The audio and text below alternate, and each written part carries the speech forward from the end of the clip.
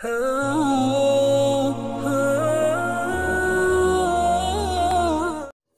भाई, जादू क्या है और इसके बारे में कुरान और सुन्नत हमारी क्या रहनुमाई फरमाते हैं? ये सब भाई, जादू एक बहुत बड़ी हकीकत है और फी ज़माना इसने बहुत से लोगों को परेशान भी कर रखा है। जिस तरह के अल्लाह तबारक व तआला ने कुरान मजीद फुरकान हमीद में इरशाद फरमाया है कि अदुव्व मुबीन इंसान का सबसे बड़ा और खुला और वाज़ेह दुश्मन शैतान है। देखिए, शैतान की वजह से ही हज़रत आदम और हज़रत हव्वा अलैहिस्सलाम को जन्नत से निकाला गया था। तो तभी से इस शैतान ने, इस इब्लीस ने, इस जिन ने रब्बे काबा की रबूबियत की कसम उठा के कहा था लअग़वियन्नहुम अजमाइन कि अल्लाह मैं इन सबको ज़रूर बर ज़रूर गुमराह करके छोड़ूंगा। तो अब शुरू दिन से ही उसके हथकंडे, उसके जाल और उसके हरबे जो हैं वो इंसान के ख़िलाफ़ चलते आ रहे हैं। तो अल्लाह तबारक व तआला ने भी इंसान की आजमाइशें मुख्तलिफ़ किस्म की रखी हैं। अल्लाह ने कुरान फरमाया वलनबलुवन्नकुम बिशैइन मिनल खौफि वल जूइ व नक्सिन मिनल अम्वालि वल अनफुसि वस्समरात वबश्शिरिस साबिरीन कि अल्लाह तबारक व तआला भी अपने बंदे की आजमाइश लेते हैं, कभी जान माल की कमी से, कभी किसी चीज़ की नुकसान से। तो मुख्तलिफ़ चीज़ों से अल्लाह तबारक व तआला भी इंसानी आजमाइशें लेते हैं। अब ये आजमाइशें दो तरह की हैं, एक जिस्मानी भी हैं और एक रूहानी भी हैं। शैतानी हथकंडे जिस्मानी भी हैं और रूहानी भी हैं। तो जिस तरह देखिए, इंसानी ज़िंदगी दो चीज़ों का मुरक्कब है। नंबर 1 जिस्म, नंबर 2 रूह। अगर ये दोनों चीज़ें यकजा हैं, इकट्ठी हैं, हम उसे ज़िंदगी का नाम देते हैं। अगर इंसानी जिस्म में से रूह निकाल दी जाए तो हम उसे ज़िंदगी नहीं कहते, हम उसे, उस शख्स को मुर्दा कहते हैं।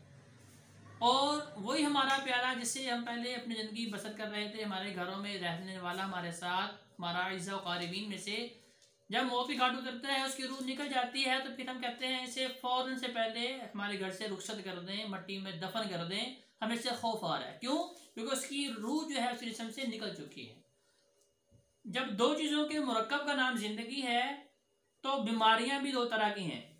कुछ बीमारियां जिस्मानी हैं और कुछ बीमारियां रूहानी हैं।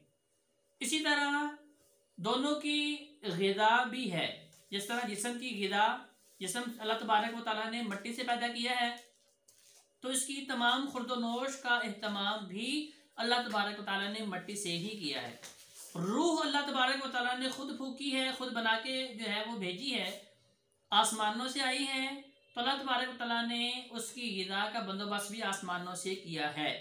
तो रूह की ग़िज़ा क्या है? ज़िक्र इलाही है, अल्लाह तबारक व तआला की हम्दो सना है, अल्लाह की बड़ी कलिमात हैं, अल्लाह की बंदगी जो है ये हमारी रूहानी ग़िज़ा है।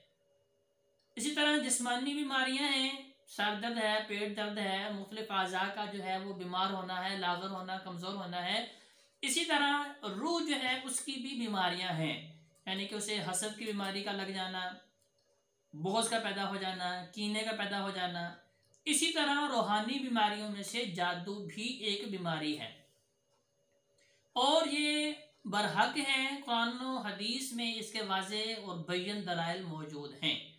जैसा कि सूरह ताहा आयत नंबर 65 to 70 हज़रत मूसा अलैहिस्सलाम का जो जिक्र किया गया है कि वो फ़िरौन जिसकी सल्तनत, हुकूमत, इक़्तिदार जादू के बल पे चल रही थी, अब उसने हज़रत मूसा अलैहिस्सलाम को और हज़रत मूसा के रब को मानने से जब इनकार किया तो कहा हम तब मानेंगे जब तुम अपने जादू का हमारे जादूगरों से मुकाबला कर लो।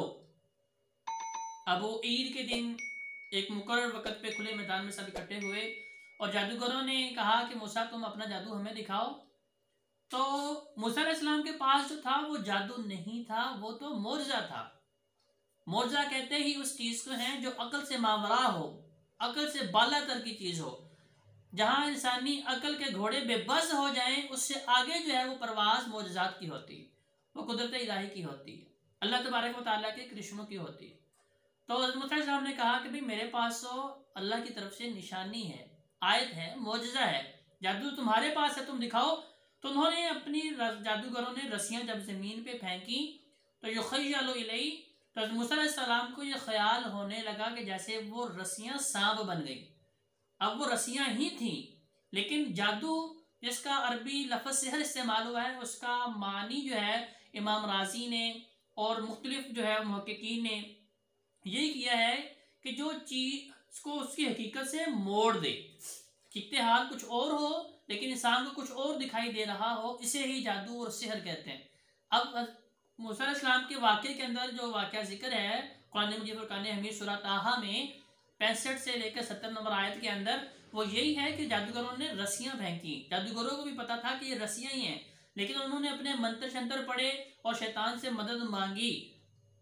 तो युखय्यलु इलैहि, हज़रत मूसा अलैहिस्सलाम तक ये ख्याल होने लगा कि वो सांप बन गए हैं। तो तब हज़रत मूसा अलैहिस्सलाम ने अल्लाह के हुक्म से अपना अज़दा अपनी लाठी फेंकी, जो अज़दा बनी और उन सारी रस्सियों को निगल गई। तो अजीज सामईन, इस वाक़े में भी देख लिए जादू का जिक्र अल्लाह तबारक व तआला ने कुरान मजीद फुरक़ान हमीद में किया है। इसी तरह अगर आप सूरह बकरा का मुताला करें तो वहाँ सुलेमान अलैहिस्सलाम के ज़िक्र खैर में हारूत मारूत दो फरिश्तों का तज़किरा मिलता है, जिन्हें अल्लाह तबारक व तआला ने इंसानी शक्ल में दुनिया में भेजा और वो लोगों को जादू सिखा रहे थे। और उस जादू का सबसे बड़ा नुकसान भी बताया गया कि वो मियाँ बीवी में तफरका डाल देता था, उन्हें जुदा कर देता था, उनमें लड़ाई झगड़ा शुरू कर देता था। तो आरफी ज़माना भी अगर आप देखें तो जादू का सबसे बड़ा नुकसान यही है कि घरों के अंदर बर्बादी आ रही है, नहूसत आ रही है, लड़ाई झगड़े आ रहे हैं, तफरकाबादी आ रही है, दिलों में कदूरतें पैदा हो रही हैं इस जादू के बल पे। तो लिहाजा कुरान और सुन्नत से ये बात बिल्कुल वाज़ेह तौर पे अल्लाह तबारक तआला ने बयान फरमा दी है कि जादू बरहक है, और जो लोग इसे तस्लीम नहीं करते वो कुरान मजीद का इनकार कर रहे हैं। जज़ाकुमुल्लाह खैर।